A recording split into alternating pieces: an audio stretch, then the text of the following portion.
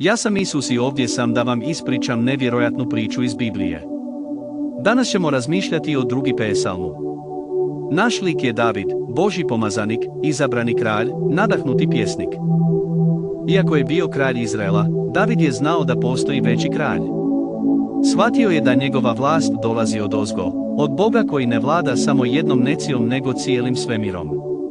S tim dubokim razumijevanjem napisao je snažne riječi psalma 2. U to su vrijeme mnogi narodi opkolili Izrael.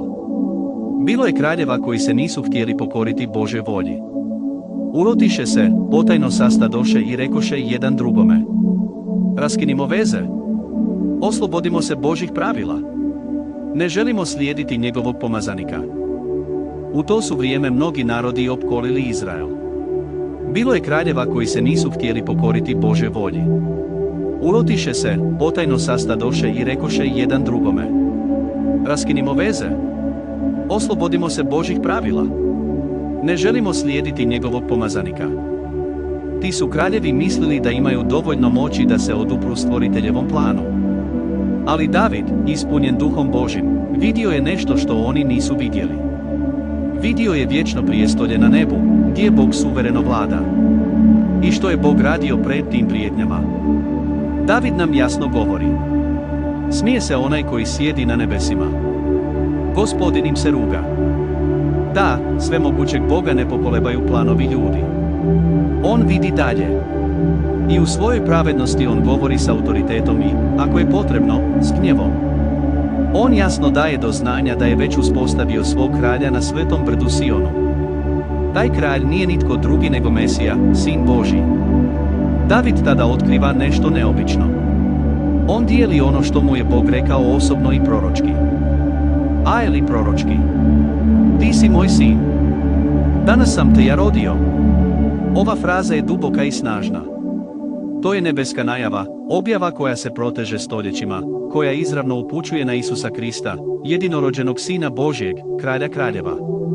A Bog nastavlja govoriti: traži od mene i daću ti narode u baštinu, krajevi zemlje bit će tvoje vlasništvo. Odnosno, ne radi se samo o Izraelu.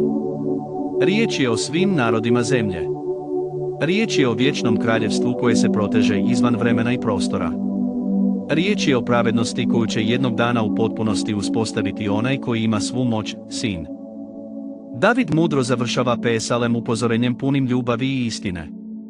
On kaže kraljevima, vladarima i svima nama: budite razboriti. Služite Gospodinu sa strahom. Radujte se s trepetom. Poljubite Sina da se ne ljuti. Ovo je jezik savezništva, poštovanja. Poljubiti Sina znači prepoznati ga, počastiti ga, podložiti se njegovom gospodstvu iskrenim srcem. A zatim David zaključuje obećanjem koje se proteže kroz stoljeća. Blaženi svi koji se uzdaju u njega. Ovo je istina koja ostaje: tko se uzda u Gospodina, siguran je, makar se svijet bunio.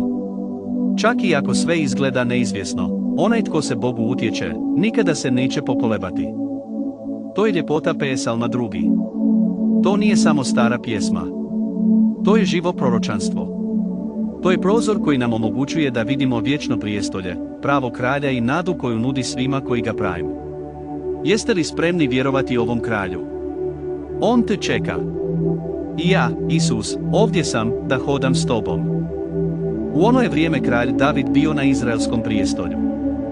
Već je dobio bitke, suočio se s divovima i vidio Božju ruku na djelu u svom životu. Ali sada, nije samo gledao neprijatelje s mačevima u rukama, vidio je nešto dublje, pobunu protiv Boga.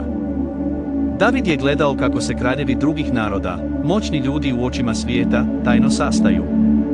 Kovali su planove protiv svevišnjeg Boga.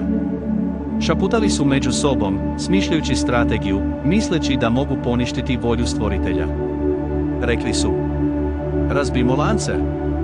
Oslobodimo se ovih Božjih pravila. Želimo biti sami sebi gospodari. Mislili su da je istina zatvor. Da je Božja pravda bila teret. Smijali su se, vjerovali u svoju snagu, svoje saveze, svoje vojske. Ali, bili su slijepi. Ako vam se ova poruka obratila, ako ste u bilo kojem trenutku osjetili da vam Bog dira srce, Zato nemojte održati za sebe. Lajkajte ovaj video. Ovo pomaže u širenju riječi. Komentirajte ispod, napišite, uzdam se u kralja, ovo je više od rečenice, to je izjava vjere. Pretplatite se na kanal, jer ćemo zajedno nastaviti otkrivati ljepotu i snagu riječi Božje. I još, podijelite ovaj video s nekim kome treba nada. Možete biti instrument za donošenje svjetla u srce nekoga tko je u tami. David je to vidio u prošlosti. Sada možete živjeti ovo. On je prorokovao o meni, Isusu. A ja sam ovdje, spreman da vladam i u vašem srcu. Zatvori oči na trenutak i reci tiho. Isuse, uzdam se u tebe. Kraljuj mojim životom. Kraljuj mojim domom. Kraljuj mojim srcem. Upravo ste napravili korak prema blaženstvu o kojem je David pisao prije više tisuća godina. I znajte ovo, Bog nikada ne iznevjeri one koji se uzdaju u njega. Ja sam Isus i bit ću ovdje s tobom na svakom koraku na putu, u svakoj priči, u svakoj bitci.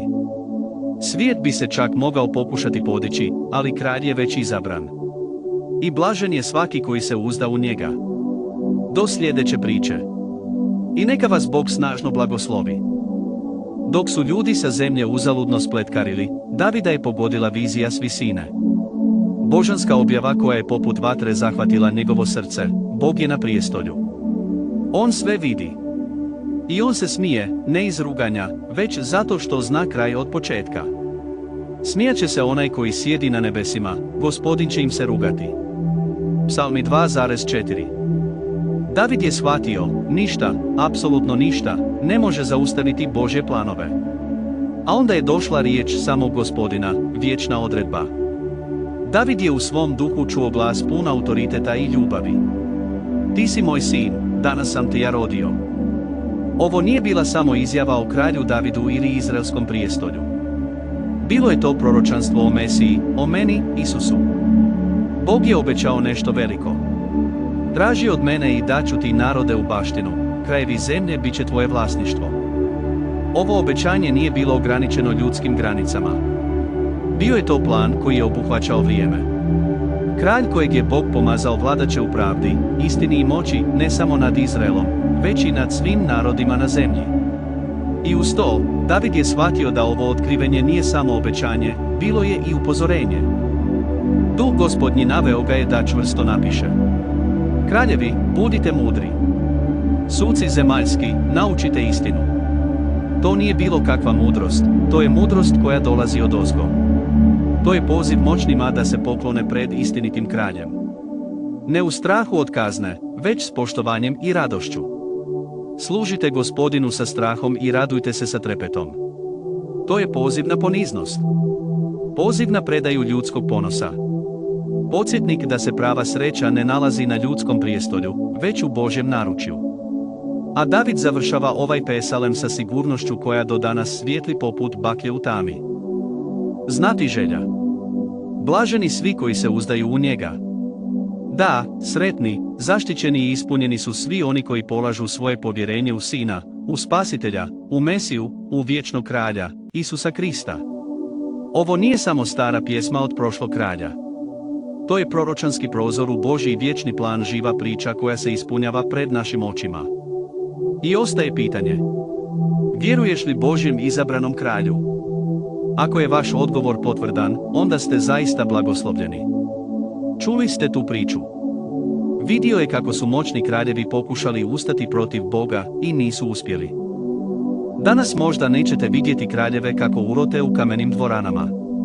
Ali gledajte, ista pobuna se nastavlja. Ona je u srcima koja govore. Ne trebam Boga. Sam stvaram svoja pravila. Istina? Svatko ima svoje. Živimo u vremenu kada mnogi žele raskinuti lance, ali lanci koje žele raskinuti su upravo oni koji štite, oni koji vode, oni koji spašavaju. To je kao dijete koje pokušava pobjeći iz očevog naručja, ne znajući da ga otac štiti od ponora. I tu psalm 2 postaje osobniji. Bog je još uvijek na prijestolju. Kralj i dalje vlada. Obećanje i dalje vrijedi. Blaženi svi koji se uzdaju u njega. To znači, možete živjeti okruženi kaosom, ratovima, krizama i neizvjesnostima, ali ako je vaše srce čvrsto u Bogu, blaženi ste. Mir ne dolazi iz odsutnosti problema, nego iz prisutnosti kralja u našim životima. Pravo samopouzdanje je poput čamca usidrenog usred oluje, može se zaljuljati, ali ne potonuti. Dakle, prijatelju, ako osjećate da vas svijet pokušava udaljiti od istine, ako ste umorni pokušavajući sve riješiti vlastitim snagama, ako osjećaš prazninu koju ništa ne ispunjava, danas je vrijeme za povjerenje u Sina. Danas je vrijeme za povratak u naručje kralja.